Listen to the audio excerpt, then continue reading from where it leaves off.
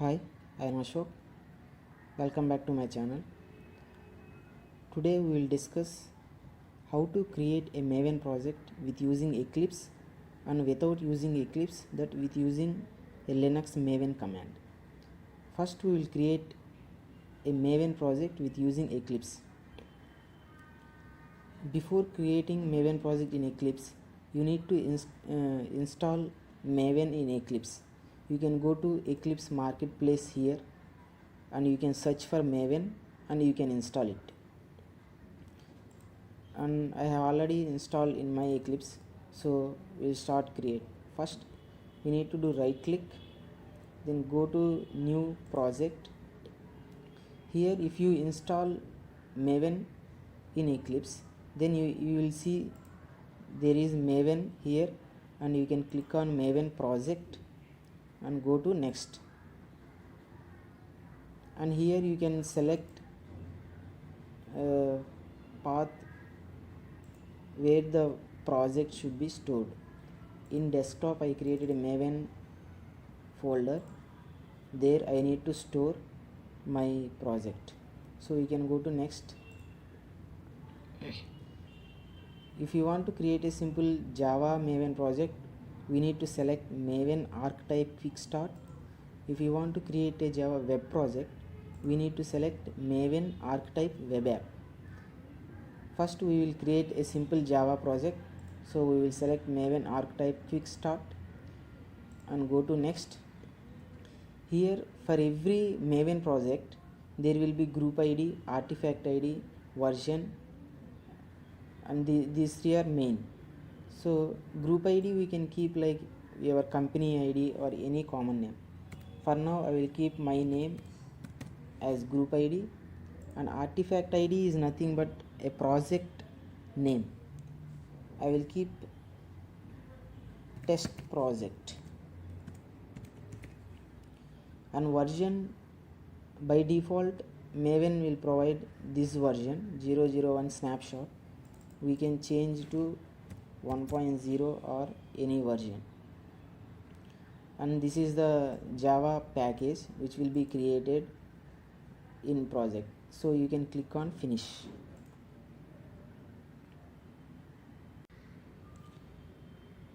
Here you can see the test project is created. The main core of the Maven project is pom.xml. You can click on pom.xml, and here you can go to pom.xml, and inside you can see group ID, artifact ID, and version ID of this project. We have mentioned group ID Ashok, artifact ID test project, and version 1.0. And by default there is one dependency, that is JUnit. Here whenever we add any dependency here, it will go to internet central Maven repository and it will download to our local repository. This one we can discuss in the coming videos, and this is how we will create a Maven project in Eclipse. Hi, we have created a Maven test project with using Eclipse. Now we will create another project without using Eclipse, another Maven project. First we need to go to the directory where we need to create Maven project. So this is where I want to create ls. See, there is already test project which we have created with using Eclipse. Now we will create another Maven project without using Eclipse. There is Maven command. So this is the Maven command which will create a Maven project. MVN archetype generate, group ID, we can mention any group ID, artifact ID, this is nothing but project name. I have already told every Maven project has group ID, artifact ID, and version ID. And if you want to create a simple Java project, we need to mention Maven archetype quick start. And if you want to create web app, instead of quick start, write web app. So here we are not mentioning any version id, so it will take default version id by Maven. Here we are keeping interactive mode false. Interactive mode false means here we are not mentioning version id, so it will take default version id. Suppose if we keep true, while creating it will ask here to enter version id. So we want it to take a default version id, so we kept false. Now if we enter,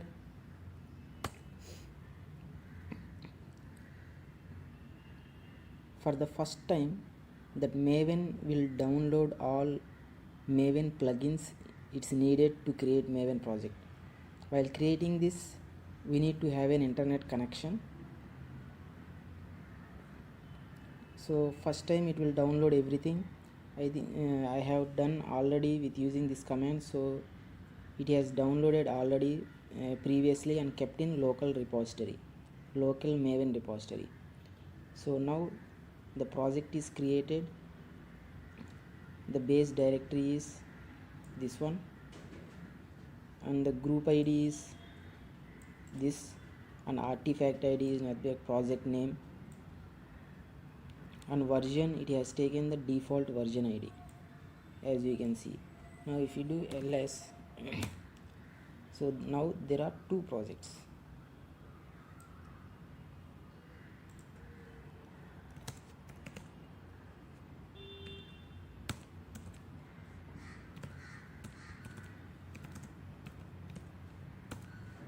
We see POM file, it has created group id and version id.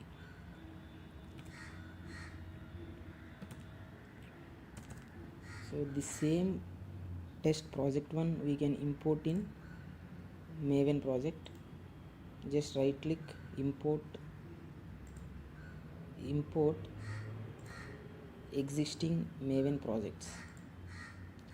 Just go to the directory where the project is there, click on this test1 project, click OK.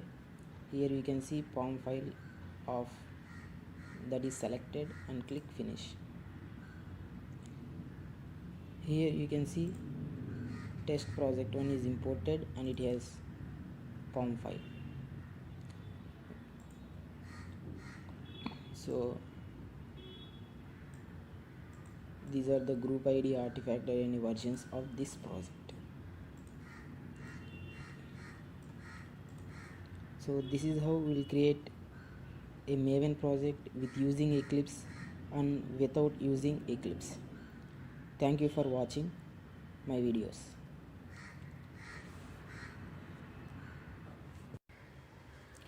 Hi, this is Ashok. Welcome back to my channel. Today we will learn how to create a Maven web app project without using Eclipse. We can use just a Maven command to create Maven web app project instead of simple Java project. So this is the Maven command we will use to create any project. I have already told how to create a simple Java project without using Eclipse. So mvn archetype generate. I have already told every Maven project have group id, artifact id, and version id. These are the core IDs, and here I have mentioned group id as my name, and artifact id is nothing but a project name. We can mention any name. Here we will mention test web app, test web app. Here d archetype artifact id means what is the project type. Project type we want to create is web app project, so we need to mention Maven archetype web app instead of quick start. Here quick start means a simple Java project it will create, Maven Java project. If we keep web app, it will create web app project, Maven web app project. D interactive mode false means Suppose if you are missing anything, it will keep default. Suppose here we are not keeping version id, so it will take default version id. So let's execute this command.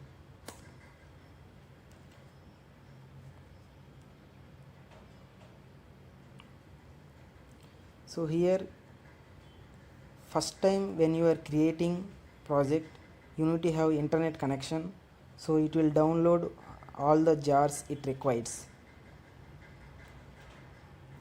The Maven will download all the jars it requires and keeps in our system local repository.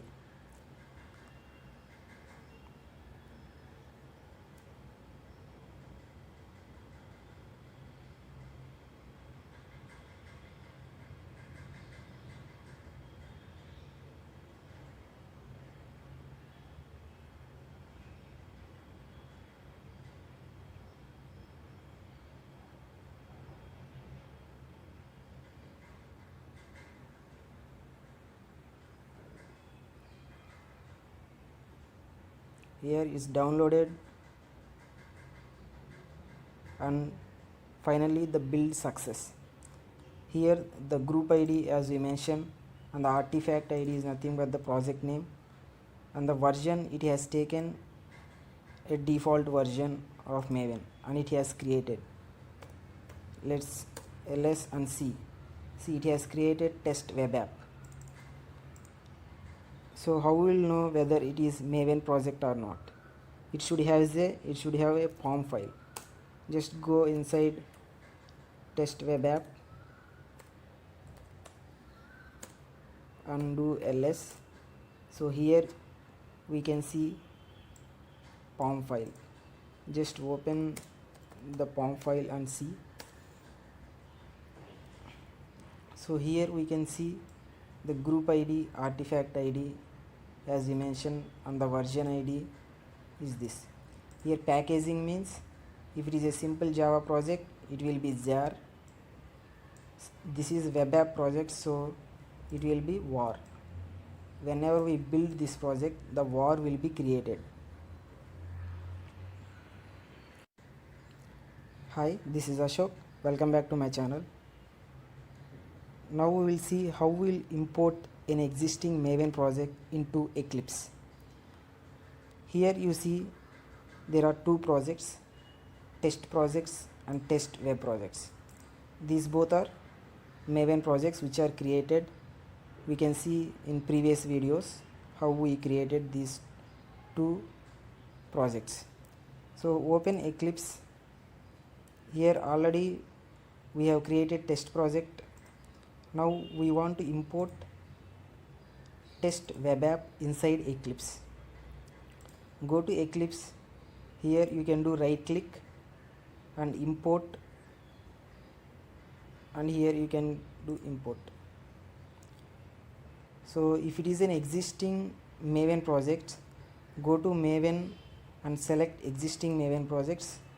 Go to next and browse where the project exactly is there. So my project is in desktop and Maven project. So this is the project web app we need to import to Eclipse. So select and select the folder where the POM file contains and click OK. So it will show the POM file of the projects and enter finish.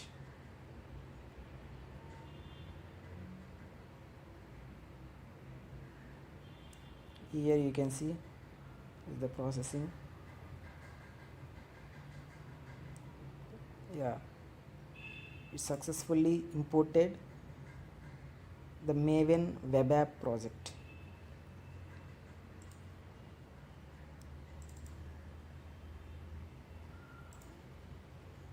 So this is the Maven web app project we created without using Eclipse. Group ID, artifact ID and version ID. So this is how we will import any existing projects Hi, welcome back to my channel. In this video we are going to learn about a Maven project and its dependency. What happens when we add a Maven dependency in a Maven project? If you see, there is a test project we have created. You can see previous videos how we have created a Maven project. As I have told already, the main core of the Maven project is POM file. If you open the POM file, you can see its group ID, artifact ID and version ID and its packaging. Packaging means whether it is war or jar. If it is a web project, it will be war. So the main lesson in this video is what happens when we add a dependency here. There is a dependencies tag. We will add a dependency inside this dependencies tag. So what is the advantage of Maven is, suppose whenever we want a new jar file, we have to go to internet and download manually and put in this project. But in Maven project we no need to download manually. We just keep its dependency like this and it will download automatically from internet and keep in our local repository. And you have the doubt, where is our local repository? If you go and see, there will be hidden file .m2 file. This is the .m2 file and repository. So whenever we add a dependency in POM file, all jars will be downloaded and kept in this path .m2 and repository. So what are these folders? So immediate to repository, the format of the path of the jar is, after repository it will create a folder name with group ID. Suppose this is a dependency, its group ID is JUnit, its artifact ID is JUnit and version is 381. First it will search, Maven search in local repository about this jar, for this jar. How it will search is, first it will search the folder whether JUnit exists or not. Inside that it will search for folder JUnit. Inside that it will search for the folder 381. Next it will search for the jar. If it's not finding in local repository, then it will download from the internet and keeps here. Now let's see whether JUnit jar is present in this repository or not. So how to search is, first we should search JUnit folder in repository. So whether there is JUnit folder or not. Yes, there is JUnit folder. Next the artifact ID is JUnit and JUnit folder exists inside, and the version ID is 3.8.1 and 3.811 is there, and there is JUnit jar. So if there is no jar here, it will download from internet and keeps here in this format. Group ID is folder name, version ID is folder name, and artifact ID is folder name, version IDs, and inside that there will be actual jar. Now let's add a new dependency and see whether it gets downloaded and kept here in our local repository. So in this project, now presently I am printing hello world and I want to use a JSON object. Let's uncomment this. It's showing an error because there is no jar of JSON. Now we need to download from internet and keep in this project. But as this is a Maven project, we just keep a JSON's dependency here. Now let's search in internet the JSON's dependency, Maven dependency. JSON Maven dependency, and it shows here, and it gives the Maven dependency XML, group ID, artifact ID, and version ID. So let's copy this Maven dependency and keep in our project. Paste it here and just save. Just make it indent and readable.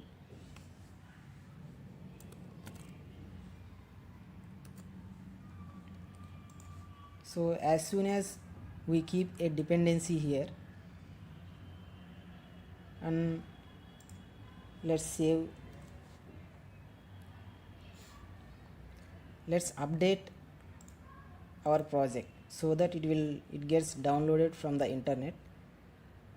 Update a Maven project.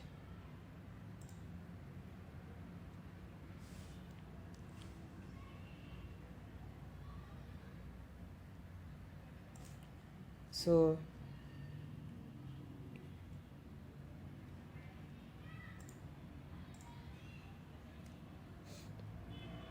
see, now now it is suggesting to import a JSON object or JSON.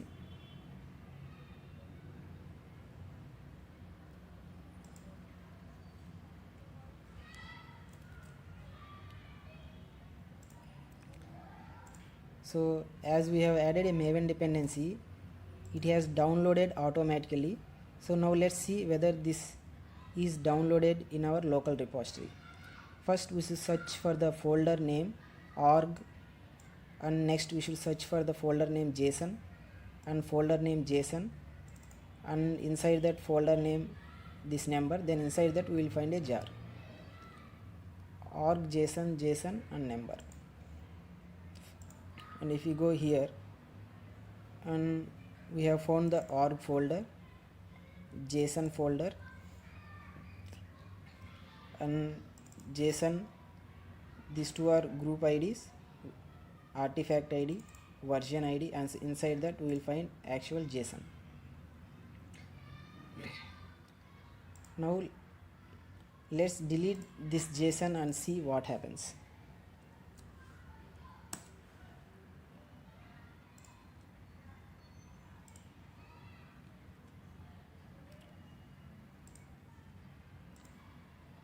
And now let's update again, update the project again. Now we have deleted a jar from local repository, and if you update again, it will download again and keeps it in our local repository. Just update the project.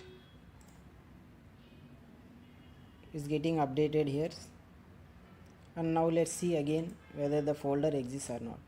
Yeah, before we have deleted JSON folder, again it has created JSON folder, JSON, and again JSON jar came. So this is how the Maven downloads a dependency jar from the internet and keeps in our local repository on the first time. From next time onwards, it will just uses a jar in our local repository. It won't go to internet and download every time. If it is not present in our local repository, then it will go to internet and downloads. Here you can see in our build path, or we can just see Maven dependencies here. We have JUnit Maven dependency, we have a JSON, and let's see where the JSON is pointing to. See, there is an M2 folder repository. This is our local repository. From here onwards, it's group ID, artifact ID, version ID, and inside that the actual jar exists. So this is all about the flow, what happens when we add a Maven dependency in a Maven project. So if you like my video, please share. Thank you for watching. Hi, welcome back to my channel. In this video, we are going to learn how to compile a Maven project and how to make a jar out of Maven project. First, go to the project where the Maven project is there. So here I have a Maven project, test project. If you see files, there is a source code and the POM file. If you open in File Explorer, this is the source and POM file. First we will see how we will compile a Maven project with using Maven command. There is a Maven command mvn and compile. So when we execute this command, this whole source code will be compiled and generates a compiled class, Java classes. Now let's run this.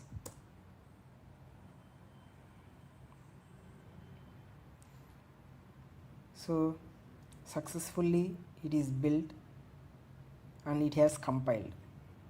So now we can see the compiled code. If you do ls, and there is a target folder created after compiling. If you go and see here, there is a target folder.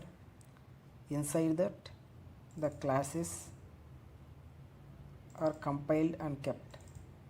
So this is the actual dot class which is compiled, and Ashok and test project are the package name of this class. So all compiled classes are kept in this path, target and classes. So this is how we will compile a Maven project. So now we will make a jar out of this project. How we can make a jar? There is a Maven command mvn and package. If you do mvn and package, the jar will be created out of this project. Now we have seen there is only classes and Maven status in target folder. After executing Maven package,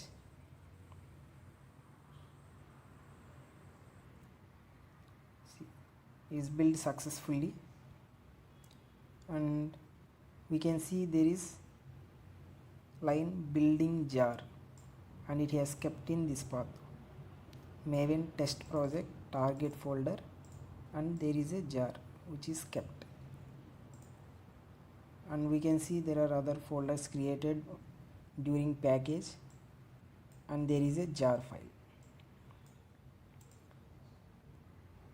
So this is how we can create a jar file out of Maven project very easily. Thank you for watching my videos. If you like my video, please share.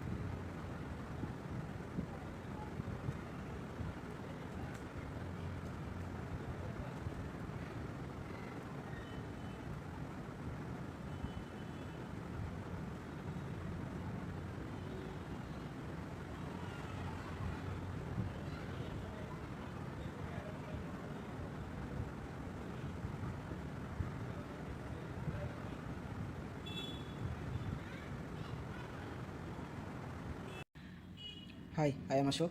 Welcome back to my channel. In this video, we will discuss how we will install a third-party jars into a Maven local repository.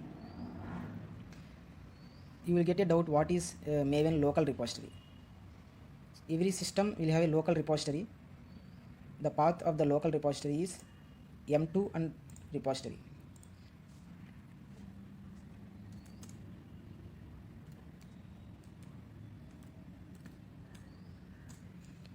So the path of the local repository is .m2 and repository. Every Maven dependency jar will be downloaded here. Whenever you include a Maven dependency in any project, it will get downloaded in this repository. So in this video, we will install a third-party jars or our own jars into this directory so that we can access that jar from any project with using Maven dependency. Now let's try and install our own jar. Let's take, I have a jar here, jar 1, jar 2 and test project 1.0 jar. Now we will try to install these three jars into local repository. So these three are the options to install a jars into local repository. So first, mvn install file d file. It means we should give the path of the jar file presently where it is. Presently we have a jar here, so we will give home desktop and jar 1 path. And d group id. Here we can mention any group id we want for this jar. And d artifact id.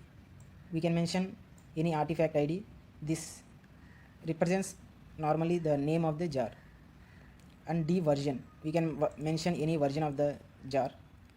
And d packaging. D packaging means the options are jar or var. If you install a jar into the local repository, we should keep jar, or we have to keep var. Now let's try and install one jar.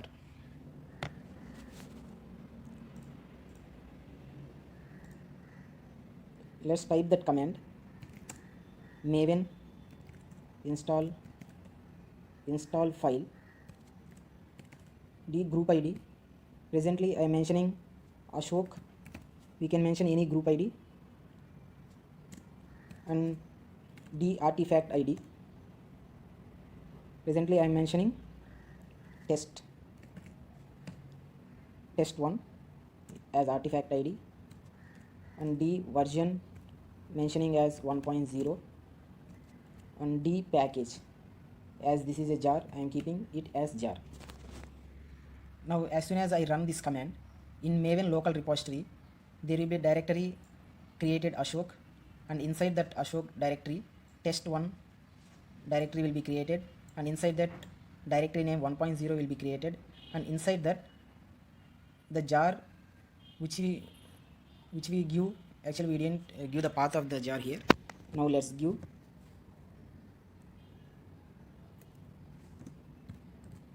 d file.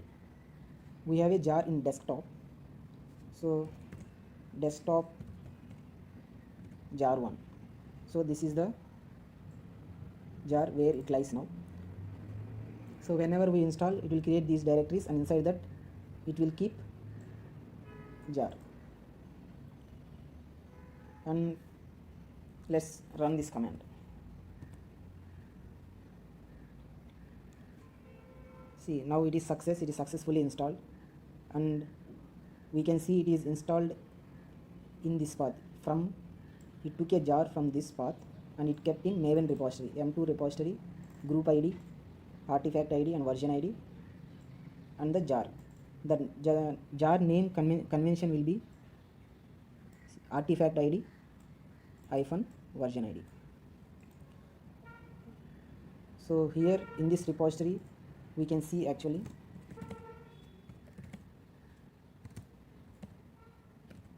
and version is 1.0.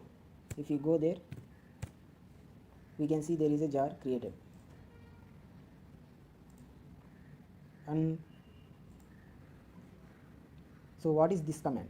If there is a POM file as well, you can install it with the following command. Suppose you have a POM file related to the jar, then we no need to mention group id, artifact id, version id in a command. We just give a path of that POM file. So let's take example. Here I have a jar2. Let's try to install this, and there is a POM file test arc2 and POM. If you open, we can see there is a group id, artifact id and version. That all group id, artifact ids will be taken from this POM file and it will be installed in local repository. Now let's try this command. First, d file path is same, and d POM file, we should give the POM file path. Let's try and give.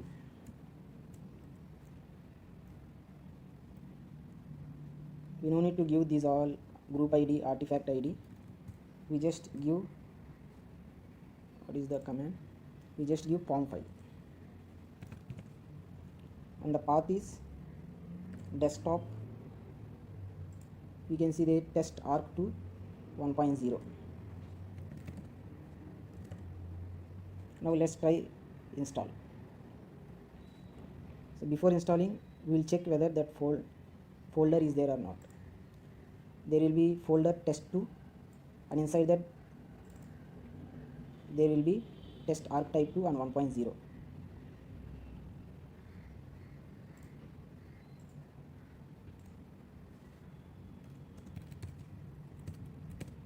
If you see cd, presently there is no test2 directory. Whenever we install this, it will create. Successfully built,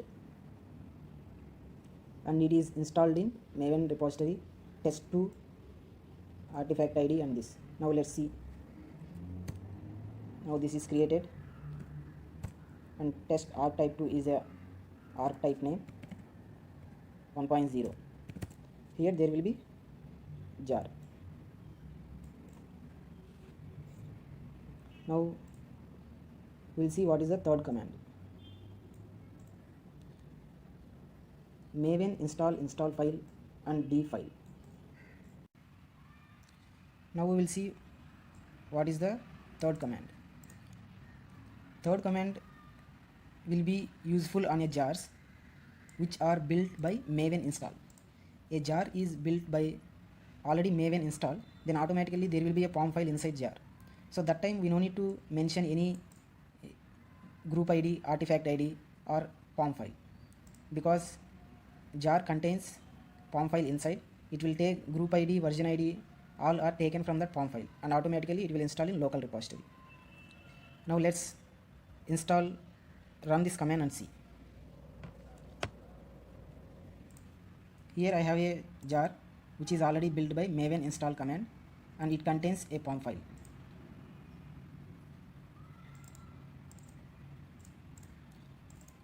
You can see Maven, and it has a POM file inside.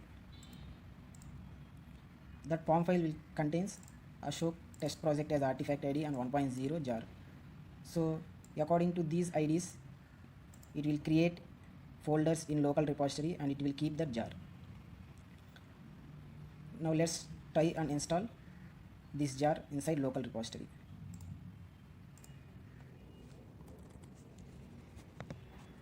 So now we no need to mention any path to POM file. We just have to provide path to the jar. It is on desktop and its name is test project jar. See here it is telling we didn't mention any group id, artifact id, packaging and version, but here they are saying with using this command we can install, but they are telling only with version 2.5 Maven we can install any jar with this version. So now let's see what is our Maven version. See, our version is 3.5.0, so this command won't work here. We have to take 2.5's Maven command and install. Here we can copy 2.5.0 to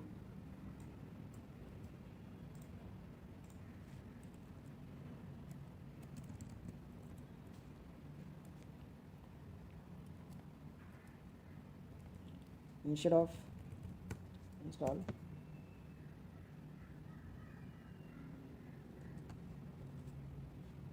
we'll replace install with 2.5.2 install command.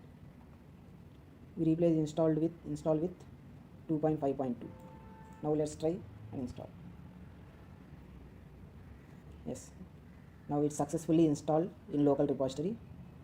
It took this group ID, artifact ID and version ID from the POM file which is inside jar, and it kept in local repository.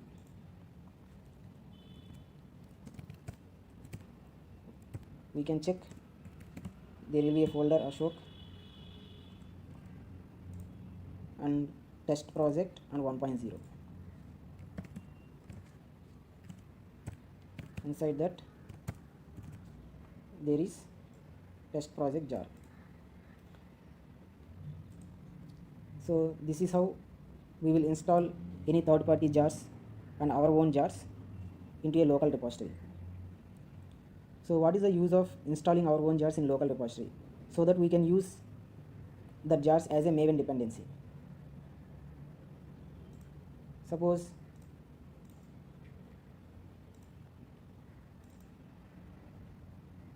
this is a POM file, we can use those things as a dependency. We have created group ID Ashok, artifact ID test1 and 1.0.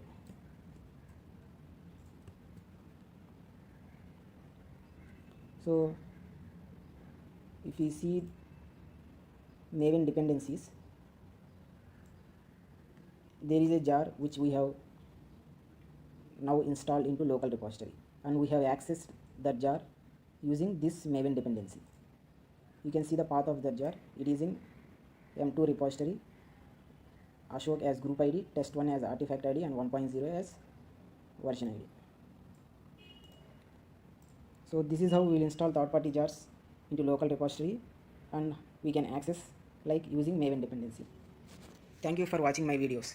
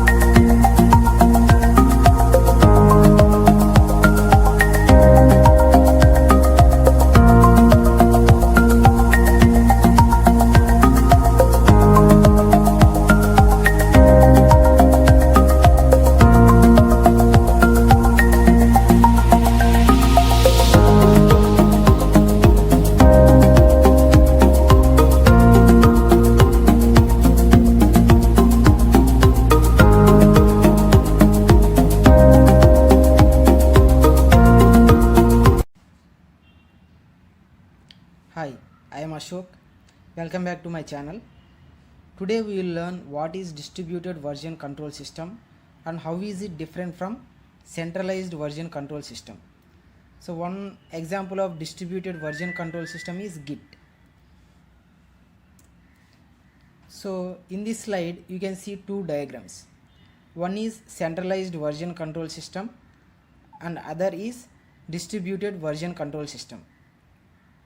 So what is the difference between centralized version control system and distributed version control system? So in centralized version control system you can see there is a central VCS server and computer A and computer B. So if you notice, server has all versions of a file, version 1, version 2, version 3, and computers has any version of a file, only one file, and they won't have any versions of a file. if you see the distributed version control system diagram, server has all versions of a file, as well as the computers also has all versions of a file. So what is the advantage of distributed version control system here? Suppose in centralized version control system, the central VCS server goes down. Now it is very difficult to retrieve all versions of a file. So computer A, computer B in centralized version control system don't have any versions of a file. But in distributed version control system, every computer has all versions of a file. So if server goes down, either computer A or computer B can act as a server, because it has all versions of a file. So we can retrieve easily the data of the files. So this is the advantage of distributed version control system.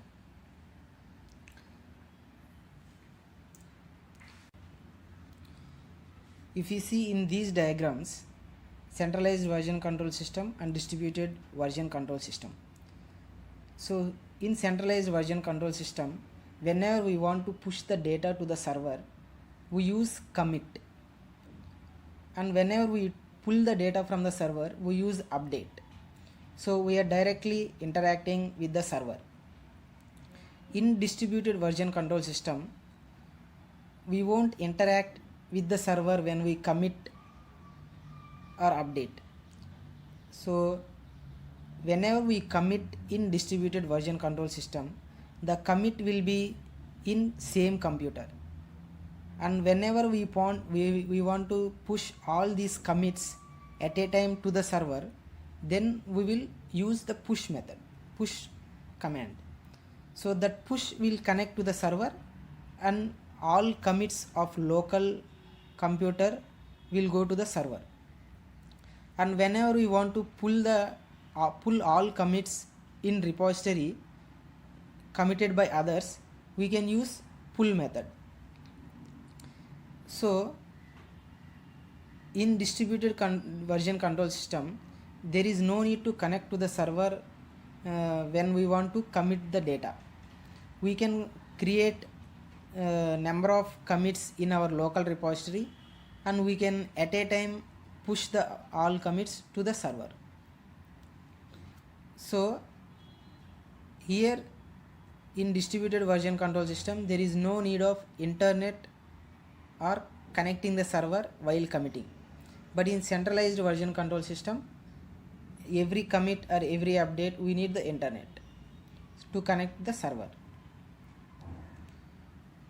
So this is main advantage. These are all the main advantages of distributed version control system, and Git is distributed version control system. We will learn more about Git in further videos. Thank you for watching. Please subscribe my channel.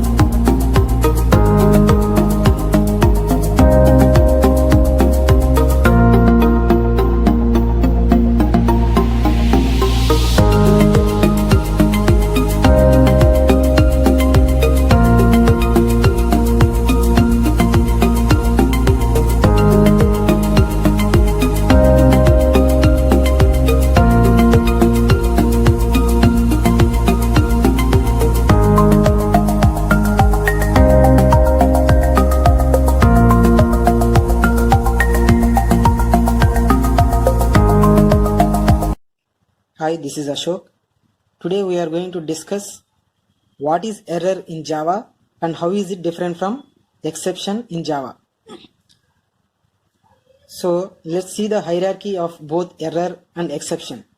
If you see the hierarchy, both error and exception are the subclasses of throwable. It means we can throw both error and exception from a Java program. So both can be throwable from a Java program.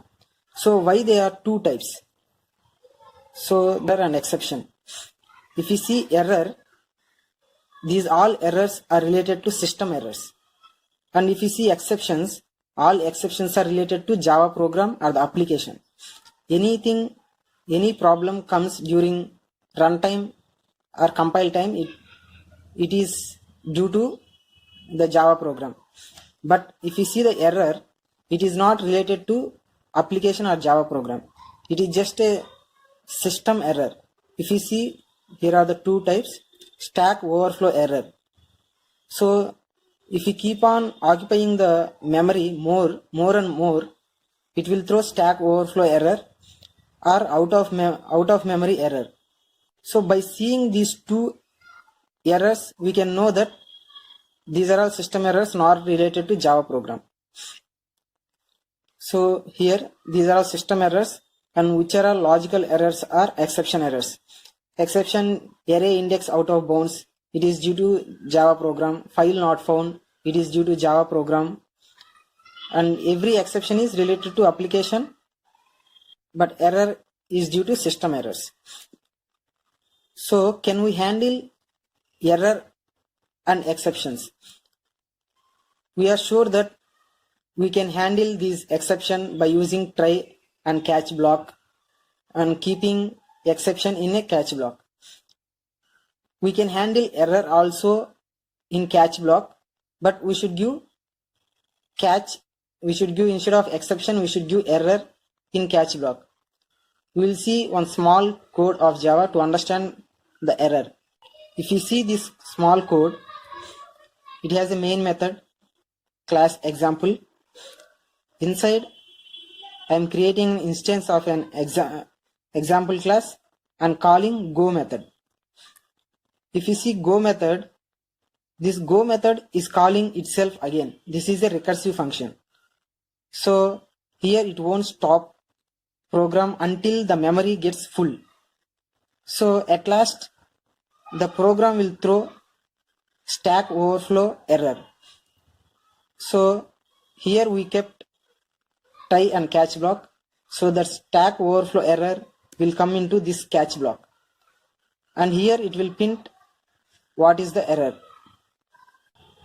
Here it is advisable to not catch any system errors, because if we catch system error also we can't proceed further, because it is already stack overflow error or memory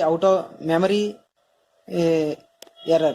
So if there is no any extra memory, we can't handle error and we can't proceed further due to lack of memory. So it is advisable to not to handle error, and we can handle exceptions. So the main difference between error and exception is errors are system errors or environment errors. Exceptions are logical errors due to application. So thank you for watching.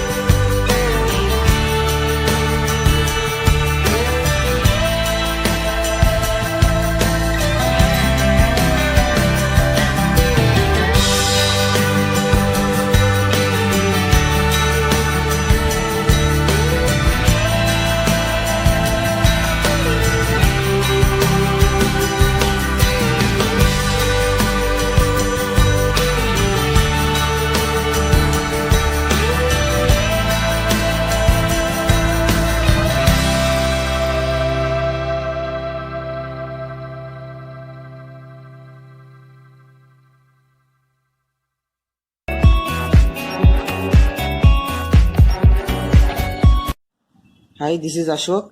I am going to tell you what is composition and aggregation and the differences.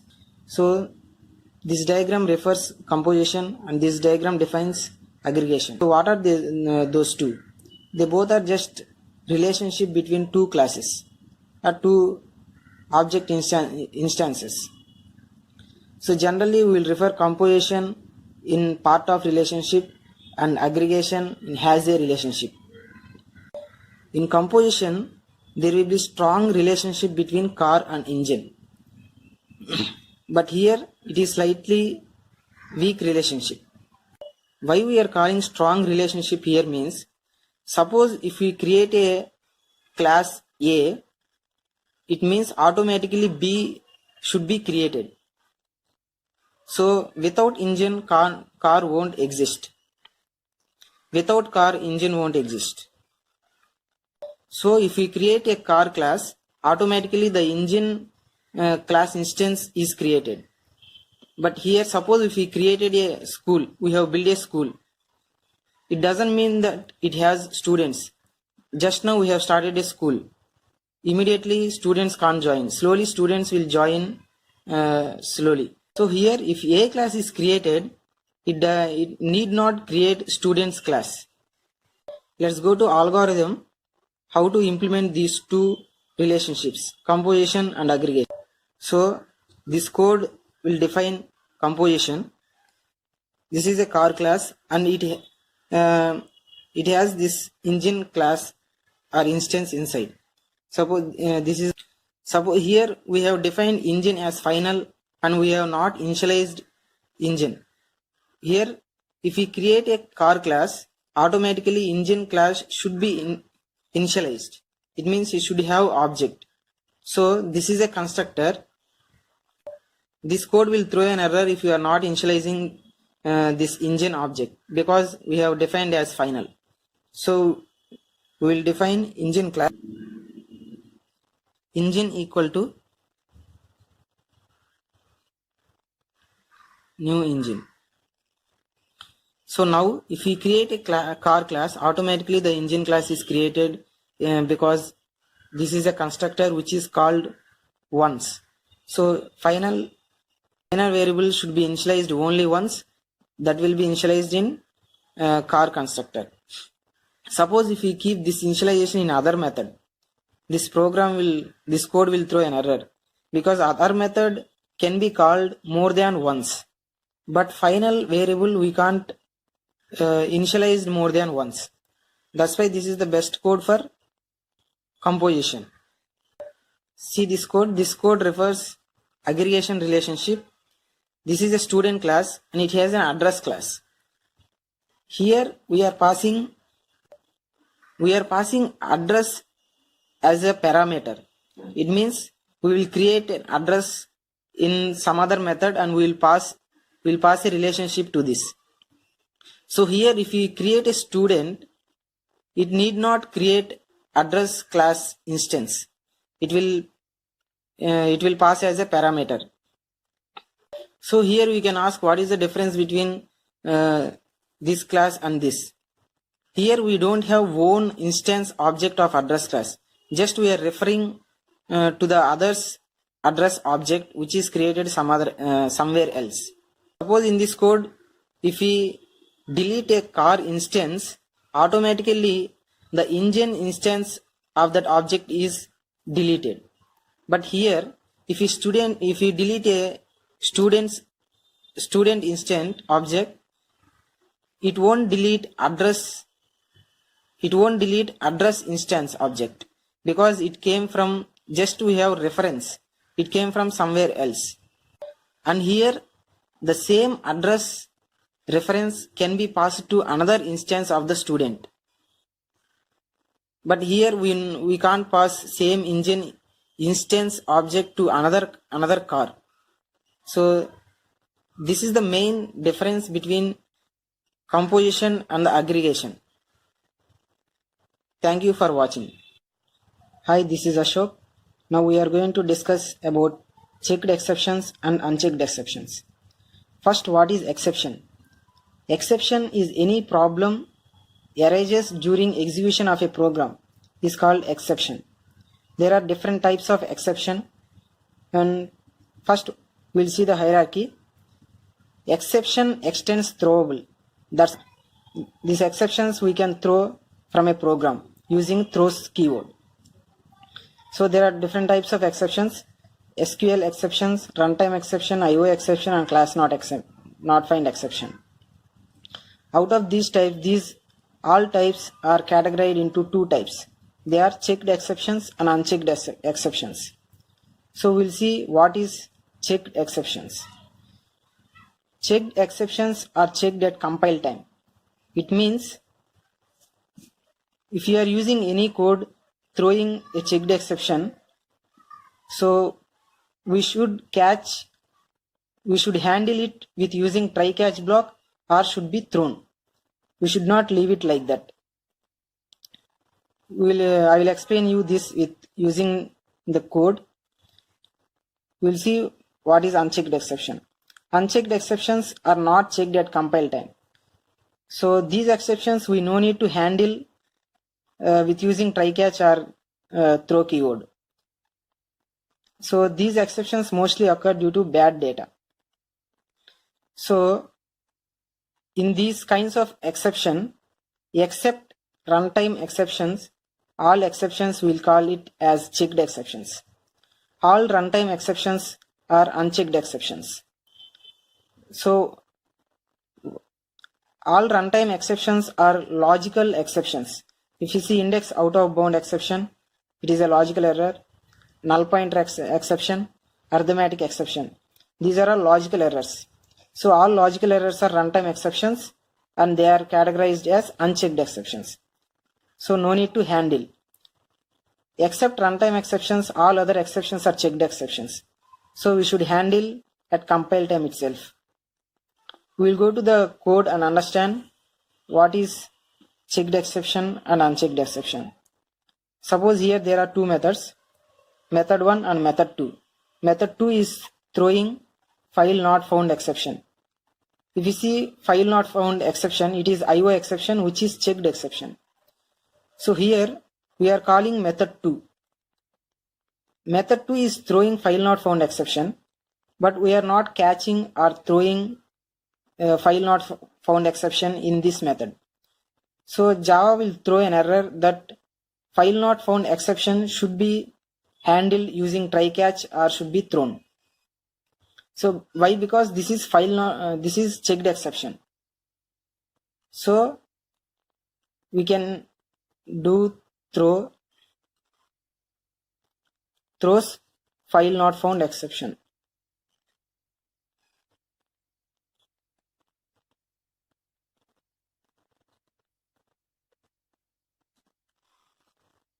Now there won't be any error. See this code, method 3, and there are two methods, method 3 and method 4, which is throwing index out of bound exception.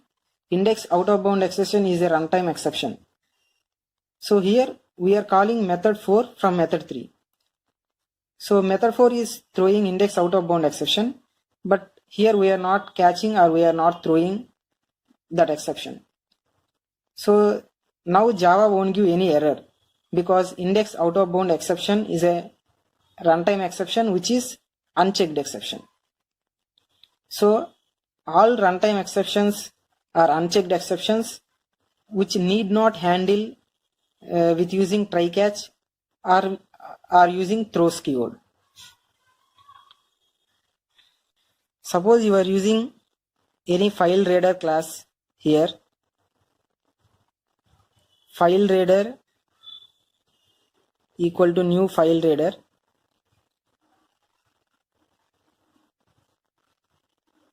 Here file name will come.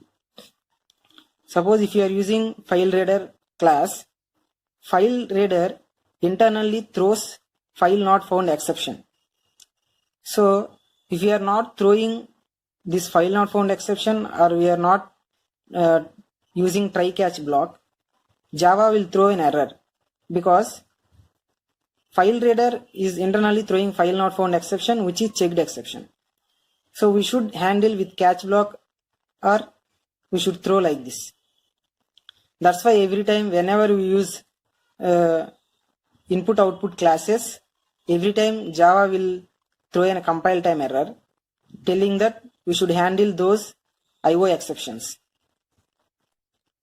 Here if it is a unchecked exception, we no need to catch, or if user wants, he can catch with using try catch block and do something else in catch block, or he can simply throw. There is no restriction to not use or not handle. Hi, this is Ashok. Welcome back to my channel. Today we are going to discuss the main question which is asked in the interview, that is the difference between where clause and having clause in SQL. So what are those and what is their difference? So first we will see where clause. Where clause we will use to filter the rows in a table. It applies on each and every row in a table. It comes before group by function if where and having exists in the same query. We will see in example so clearly. So when to use having clause. Having clause used to filter groups. It comes after group by. We know we will use group by only in aggregated functions. Whenever we use aggregated functions, we can use group by. Aggregated functions nothing but max function, minimum function, count function, average function, like this. These are all aggregated functions which are used to group by. So let's take a simple example or query and see what is the difference between where and having. First we will write a simple query with using group by. We will get the department ID and their maximum and their total salaries. If you see this table, employee ID 52847, department ID and their salaries. So first we will write the simple query with group by. Select department ID. We want to group by department ID and we want to get total salary.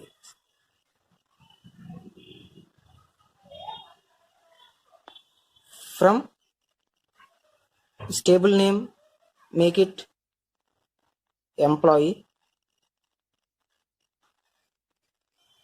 So from employee,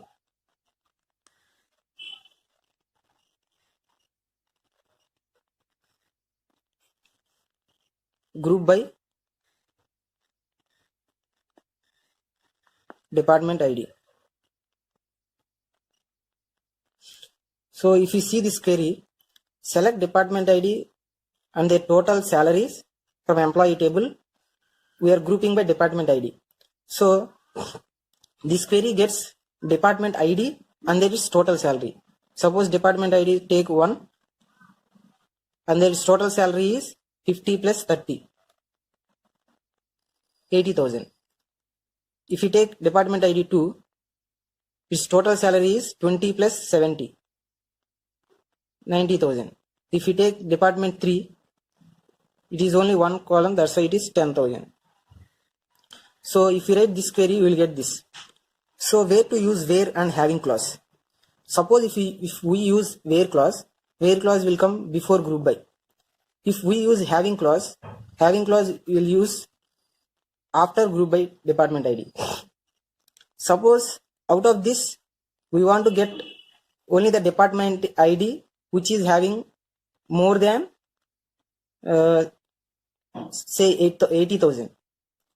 Suppose if you apply more than 80,000, so this condition we can't apply in where clause because this applies on this table. Where clause will apply on this table and after group by whatever condition we use, it applies on this result set. So we have to use having clause. Having sum of salary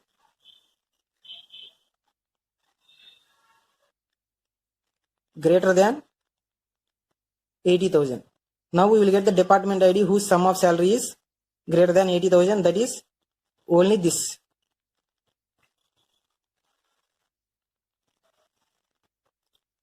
But before getting this result, we want to apply some condition. Suppose we want to get the salaries we want to add the salaries whose employee ID is greater than 2. So employee ID greater than 2, suppose if you see that, we can't apply that condition here, having employee ID greater than 2, because having clause can apply conditions only on these columns, only the columns which are in select. We can apply only on these columns with using having. But if we use where clause, we can apply on any column in table. It doesn't matter whether it is existing here or not. So it is right, employment ID greater than 2, we have to apply here, where employment ID greater than 2. So what will be the result set? If you see employment greater than 2 means we won't get this. This is less than or equal to 2. So we won't count this row for the department. So it is in this department. So here we will get only 1, only 30,000.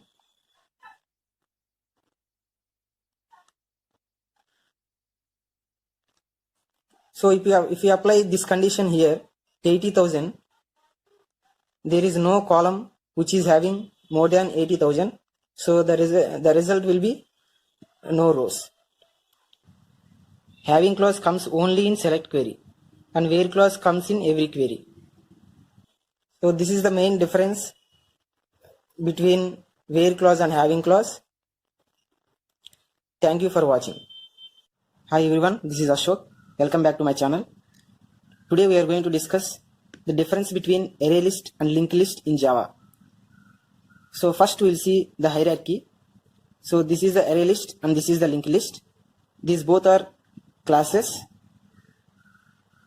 and these both implements the same interface called list. List is an interface, and list extends the collection interface. So array list and linked list is both are called collections. So what are the differences between array list and linked list? If you see the array list, the structure of the array list will be continuous memory. It will be like this. It is index based. So index starts from 0, 1, and it will be contiguous memory. If you see the linked list, it links with the pointers to one node to the other node. First we will have the head pointer, linked list head pointer, which is pointing to the node,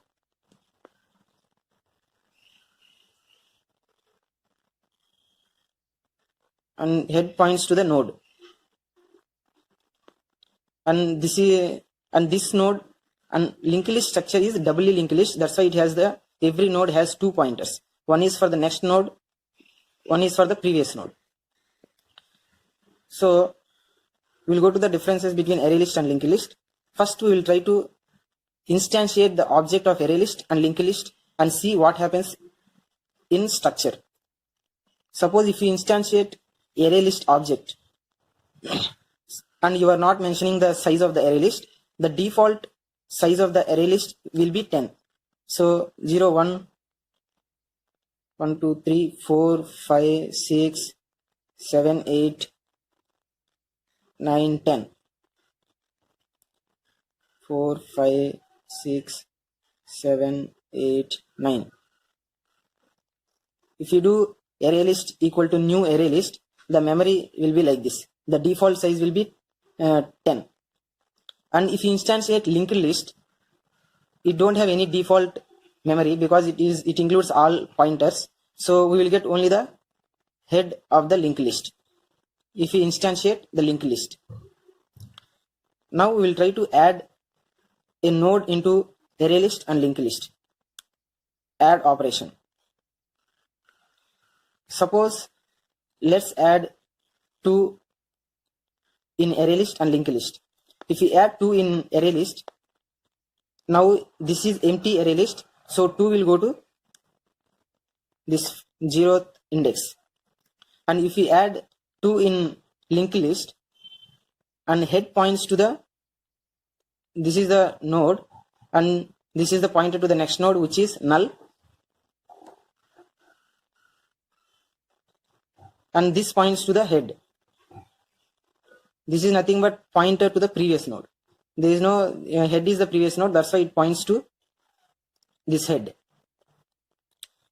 Next, we'll try to add 4 in array list and linked list. Suppose if we add 4 will go here, and in linked list the new node is created with 4, and now this node points to the new node and its previous node points to the previous node, and now this node points to null. Now if we see, the order of adding a node in both array list and linked list is order of 1.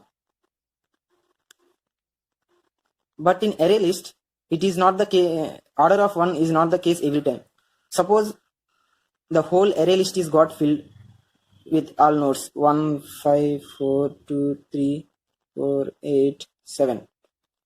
After filling this array list, if you are trying to add some other node,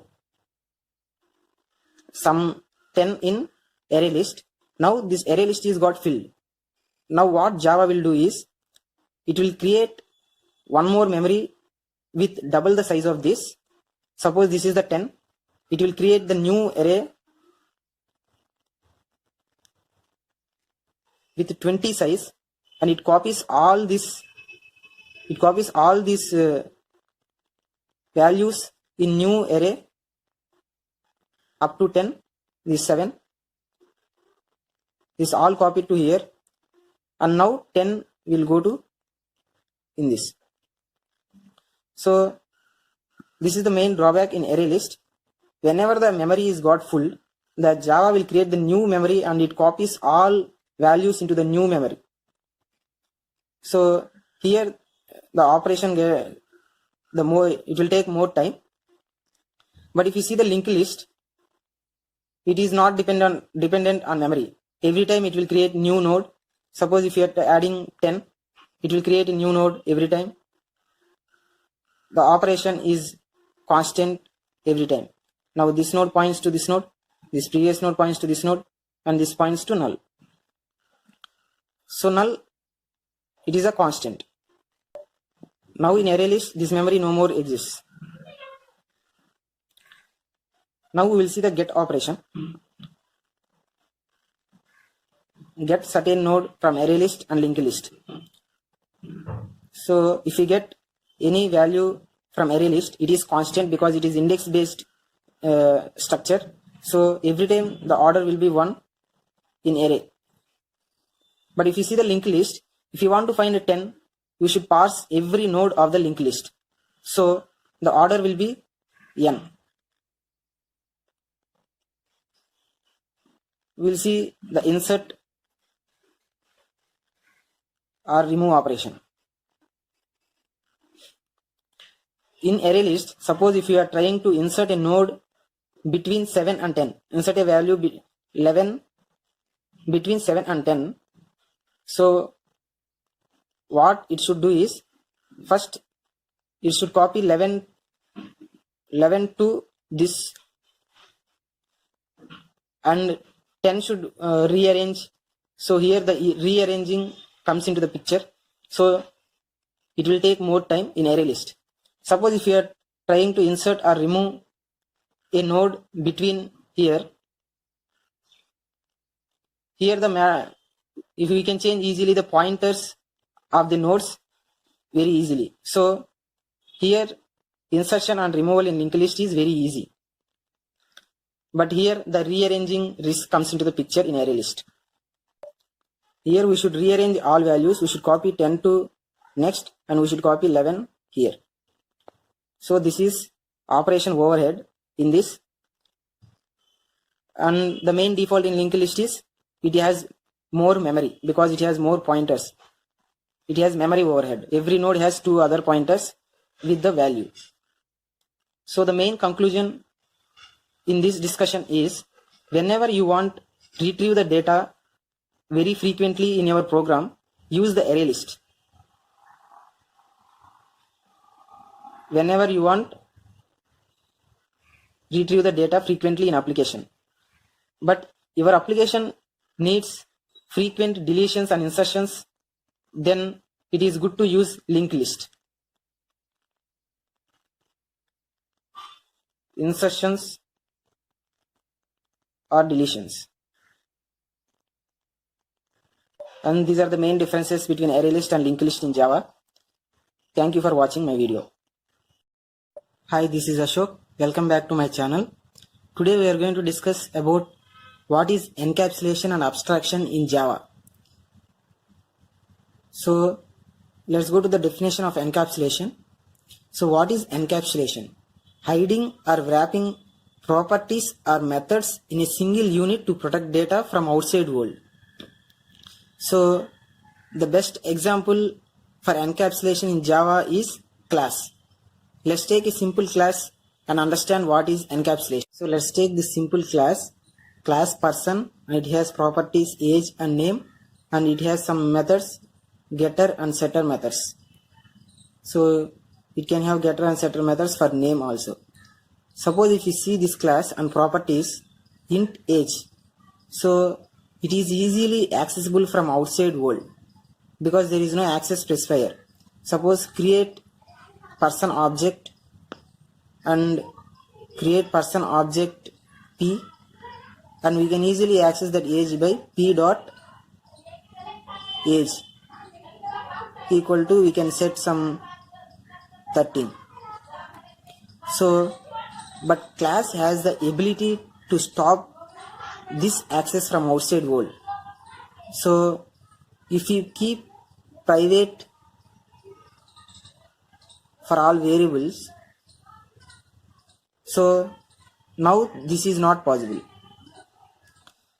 So the best example for encapsulation is class.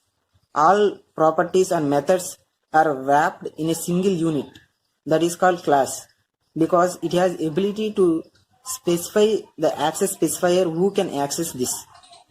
So this is called encapsulation in Java. Suppose you can say there is a struct in C. You can say struct is also encapsulation, but struct is not an example for encapsulation because its properties can access from outside world.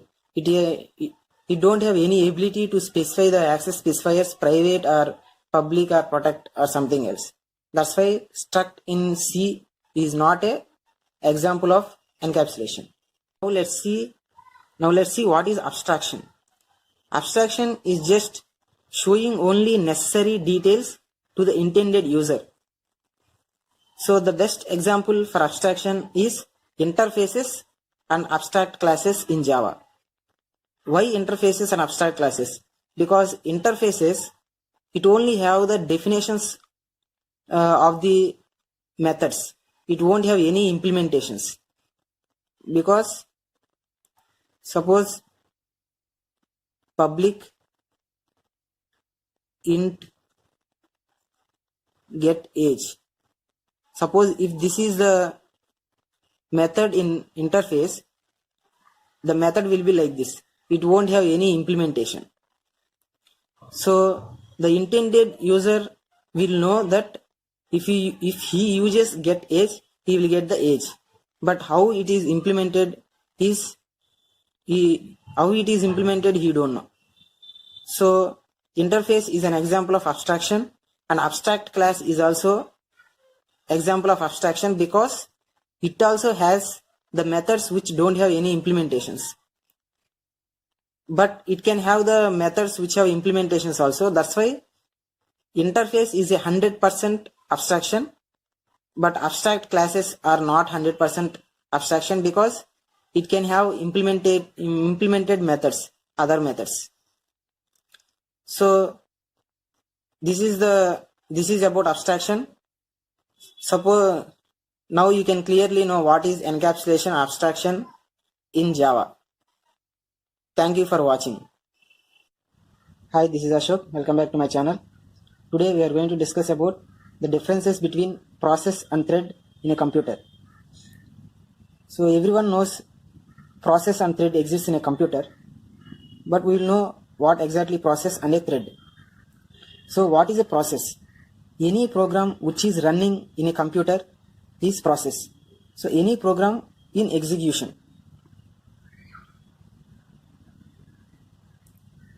Program in execution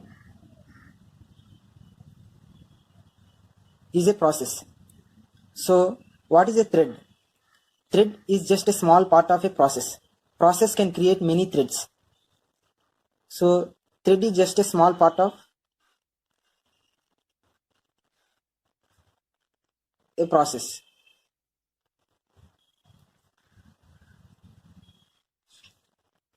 So the next difference is process has its own address space.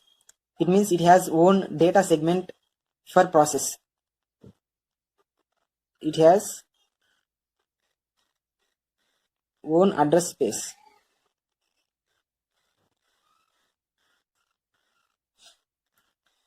So address space is nothing but the range of addresses the process will occupy. So every process has its own address space, its own range of addresses. But if we take the thread will share, suppose if there are two threads of a process, the two threads will share the same address space of a process. So it shares same address space of a process. So we already know this, every process has a virtual memory. If you see virtual memory, it will be like this. So every process will have this virtual memory. It has the kernel space, the argument and environment variables, and it has a stack and heap, stack which grows downwards and heap which grows upwards, and it has a global variables and which are uninitialized data, initialized data, and this is the actual code. So every process will have a virtual memory like this. So thread will share the data segments of a process. Suppose if a process has two threads, the two threads will share these data segments. So we'll go to the differences. So what do we mean by multitasking in process? So allowing two or more programs running in a computer is multitask in process. Computer allows two or more programs concurrently.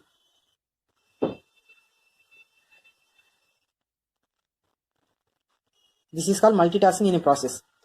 In a thread, it allows two or more threads running concurrently in a same process. So allows two or more threads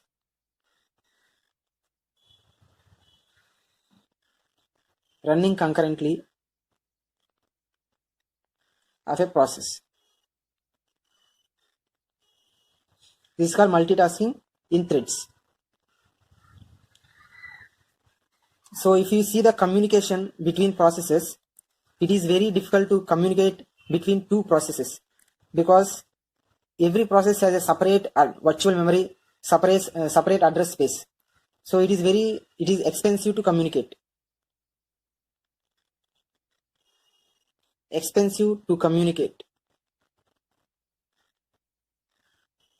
between processes.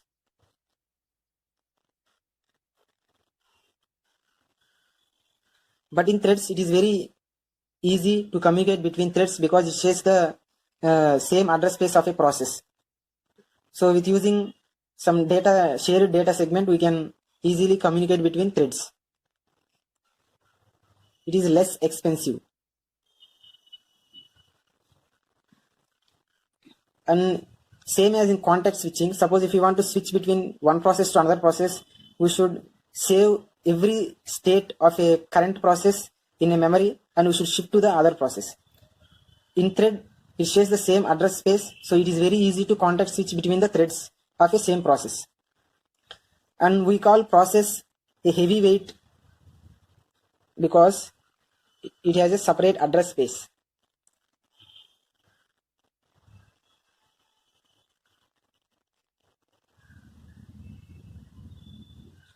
And threads are called lightweight.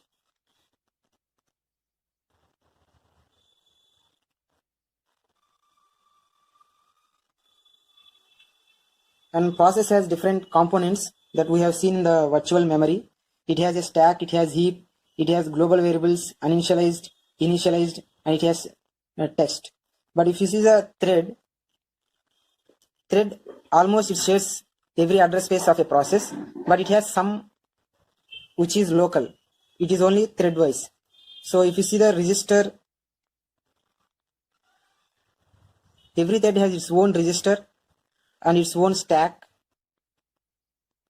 and program counter,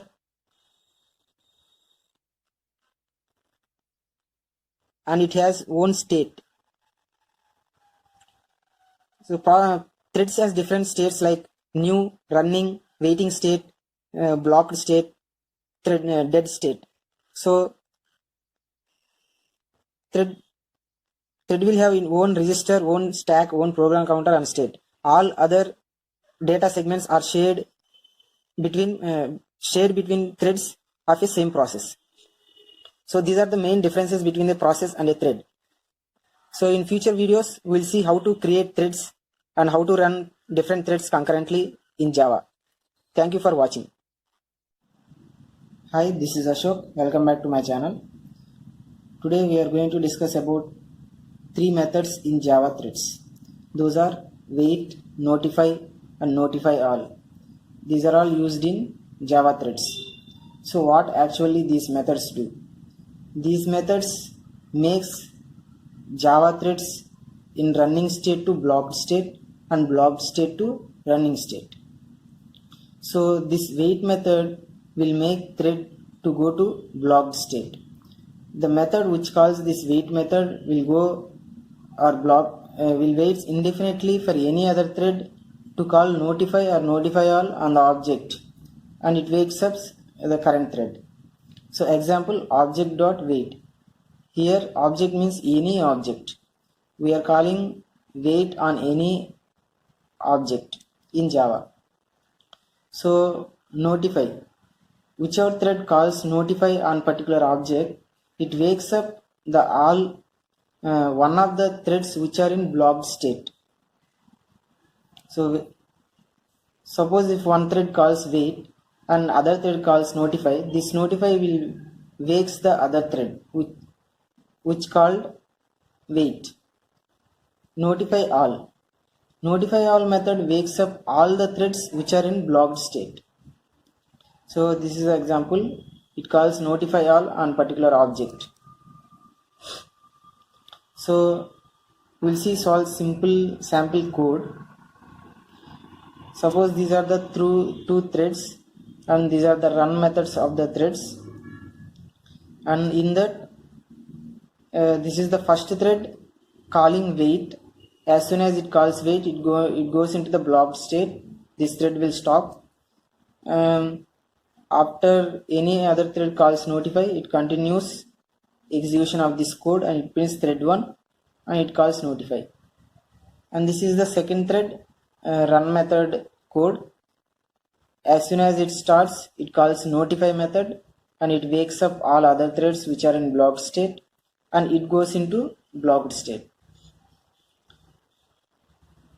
So we'll see the test method. So this is first we are creating a sample object. Here this is, we can take any object in Java and we are creating a test1 thread, that is this one. This thread we are creating and we are passing object, this object. Suppose think we have a constructor here. Think we have a constructor for both, for passing object, and we are starting the first thread and the program will sleep for 3 seconds. As soon as we start this thread, it goes into the blocked state. Now thread 1 is blocked. So after until 3 seconds there will be no output, and after that we are creating thread 2 T2 and test2 thread of this thread, and we are passing the same object. And as soon as we call t2.start, this starts execution. Now thread 1 is in blocked state and thread 2 is running state, and as soon as object.notify calls, this thread 1 will come into the running state. So as soon as this thread calls and it continues execution, it prints thread 1, output will be thread 1, and after this call it goes into the blocked state. Now thread 2 is in blocked state and this is in running state, and here it will call object.notify, and this will wake the second thread, and it continues and it prints thread 2.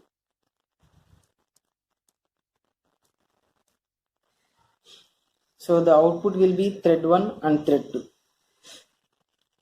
Suppose if there are more threads, if you want to wake up more threads, we have to call notify all. Instead of notify, we should call notify all. It wakes up all the threads which are waiting on the particular object. So this is very sample code to demonstrate the wait, notify and notify all methods. So thank you for watching my videos.